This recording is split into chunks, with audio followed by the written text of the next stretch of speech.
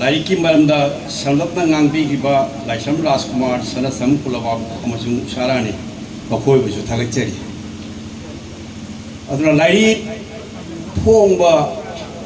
लाइरी इबा हाइबसी मालेमगी चावख्रबा लनगई अमनी लाइरी क्या यामना इ लाइरी जाम जामना इबले अखोई तारक पद एरिस्टोटल का है लाइक चनी चहुम इ का है अदो पृथ्वी की लोन क्या लाइक चनी इब चाम इब जाम लई मदुई ममिंग नहीं पल्लोय अखोई मणिपुरी साहित्य दा अखोई खंगनबद पंडित खेलचंद्र जीसी तोमरा अदे ओजा आया रघुमणि शर्मा मखोई से लाइक चाम लोंगी मयादा लोइने इरेबगतनी असी चाम सीगी मखा तारकपदा जंगई मथक नानवाई ओजा राजेंद्र आयना मखक लेइदे माक जंगई मथक ते इयाई अदुगी इनक नकपदा को ओजा सुब्राम सु लाइक दिफुरोम जौरे ओजाई मखा तारकपदा कोइसु कुंजोलाल कोइसु अदुम कुनगी मया नक्सन लेई असुमाय तौना लाइक यामना इबसी यामना फजै चनबीनी अदुबु लाइक से कनागुमना हाय ए पगी ते इरुडे कैदोगुदमो फजबा लाइक मंगा तरा तंग इरगा एवार्ड अफबम फंगा कोट पला मदुना फजबा जाने करिगिनो पगी ते इरिबाना अदु लाइक से एवार्ड फंगबा फजबा साहित्य अमा इबा अदु कक्तनसु लाइक इबगी ngamphai nakte लाइक इरिबसिदी मागी अपामदो इरक्पनी इदब यादब अइना साहित्य की सैरेंगी वड़ी मचागी नोवेल इबदो अदुत नतदुना अइने इगदब लोन की मरमद इगदब लेरी कल्चर की मरमद इगदब लेरी लाइनिंग लाइसोली मरमद इगदब लेरी हिस्ट्री लेरी मयाम टॉपिक लेरी मदु मयामना खंगमद कानाबा लिटरेचर नत्रगसु अदुमायना मी पुनमक असिना माइगी सुना लाइक इबगी मीयें से थमलई आई इसामकसु आई साहित्य की लाइक तरुक खतने इरिबा अते आई लाइक ता तरेसिगा अते अहेन बसे मोल मोल की लाइक लोन मरमदा धर्म की मरमदा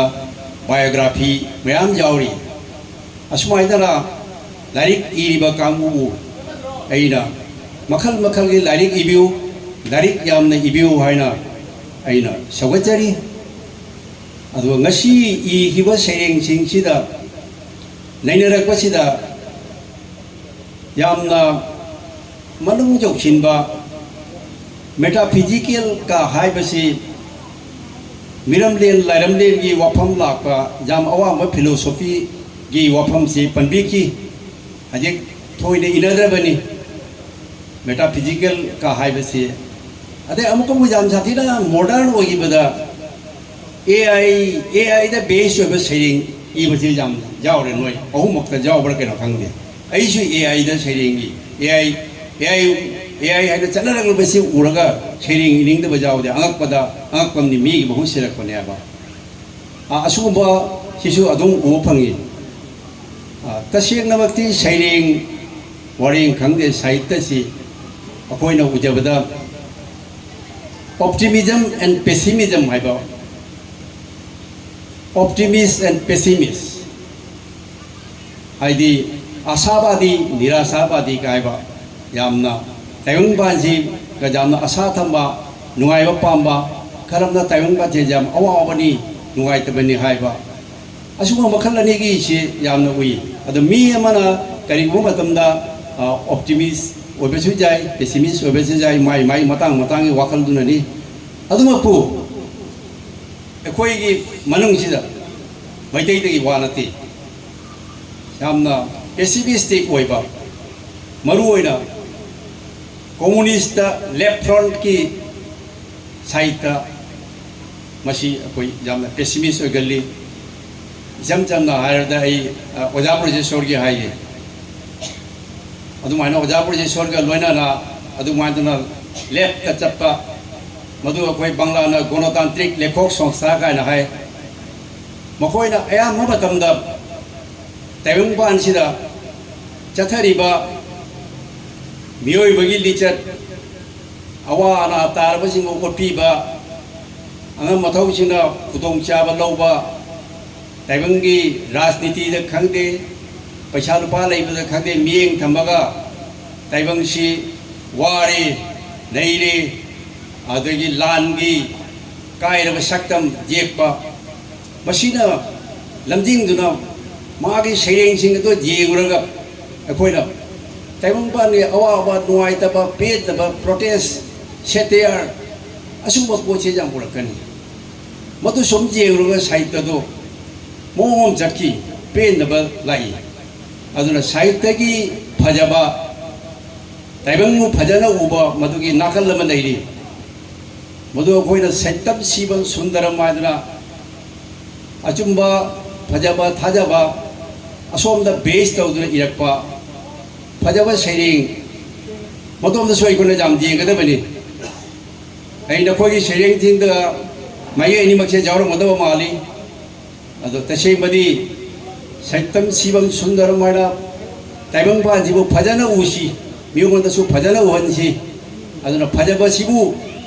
फजबदगी नुसीबदगी रवींद्रनाथना मोरीते चाही नामी सुंदर बुबोने आना ऐ निथी रब ताइबंग ऐ सीजन निंगदे आना एकोई मैम तिनरी मसी निथी खरब पोटनी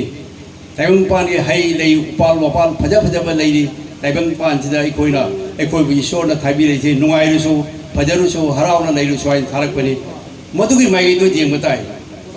अदुना तदुना अवाबत उबा ताइबंग से हानारे सुनारे मोइना लोय चारे मोइ पिजरमदे अदुगी अवा तेंथादा उतरदि याबा ताइबंग पानसे अकोइना मौंगमदा येकनी अदुगुम पोषक खरदो आइना गसिसे हाइलाइट तौजरी अदुना आइना लमदम सिगा मयामना सखंगलबा ऐ जोजा ओइबा ओजा धनंजय की सेरेंगा अदुगुम सागी फजबा ऑप्टिमिज्म की ओइबा भाव जाम फजबा थोट नौबा रवींद्रनाथ की भाव चेंबा ओजा सुरेंद्र जोदय की भाव चेंबा सेरेंग नतरबुई ऐ हिस्ट्री ऑफ लिटरेचर से इरकपा मतमदा ओजा की सेरेंग सिंगसिगा ओजा पुरजे सोरोय की सेरेंग सिंगसिगा वांगमनि तोंगाली अदुना अखोई मनुंगा साहित्य सुबसे पुनमक्सु अफावबनि पुनमक्किसु अगपा लई चिंजननिगाय लई अदुबु इरिबा साहित्य तुदा समाजदा पीरिबा इथिन पीदोरिबो ममिदो मदोमदा हेना मियेंसे चंखनबियु हाइना आइना हाइजनिंगि नारोन थिंगदा अकोमदा आई ngasiगी निमिसदा हाइजनिंगा अबतंगना 2023 दा आई साहित्य की तोंजिगा आई लाइरिक अनि फोंखी अदुगी 2025 दा लाइरिक अनि खक साहित्य अखोगी कैसाम संगलेन कैसाम रोंग संगलेन आने रोंगपुर दा लाइरिक अनि फोंखी अदुना 2027 थिगा आई ओजा सुब्रांगी साहित्य की तोंजिगा लाइरिक अनि खक का अमु फोंनिंगी सेरेंगम गतंग यामना तेनबा सेरेंग सिगी ममिंग महूत सिनबा यादबा युम सिदा लैरी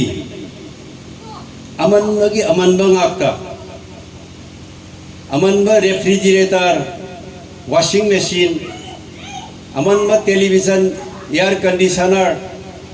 अमनबा इन्वर्टर एक्वागार्ड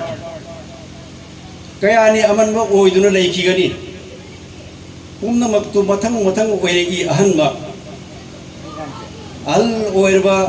सेलुंगबगी सेलननी सेलुंगमदि नोमोगी मंथरकली सेलुंगबगी सेलना तौबा ngamdribadi mak masabudi अहनबा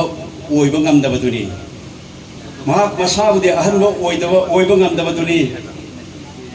ताइबंग कैथेल सिदा मीगी महुत सिंदबा पोट लेते सेल दि लेहौगनी सेलुंगबदी मांगखिगनी लोइजरे।